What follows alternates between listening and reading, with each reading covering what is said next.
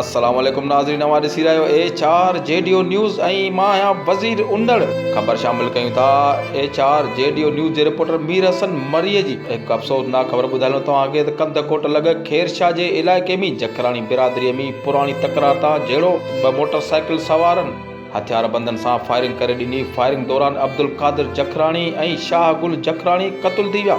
होॾां इलाइक़े जी पुलिस लाश खणाए सिविल अस्पताल आंदा ऐं पोस्टमार्टम बाद लाश वारसनि हवाले कया विया। लाश घर पहुचण ते कोहराम मची वियो जॾहिं त इलाइक़े में खौफ़ छाइजी वियो। ॿई धुरियूं मोर्चा बंदि, वॾे खून रेज़ीअ जो ख़तरो, पुलिस ख़ामोश, तमाशाई बणियल। वधीक ख़बरुनि अपडेट लाइ ॾिसंदा रहो HR JDO न्यूज़।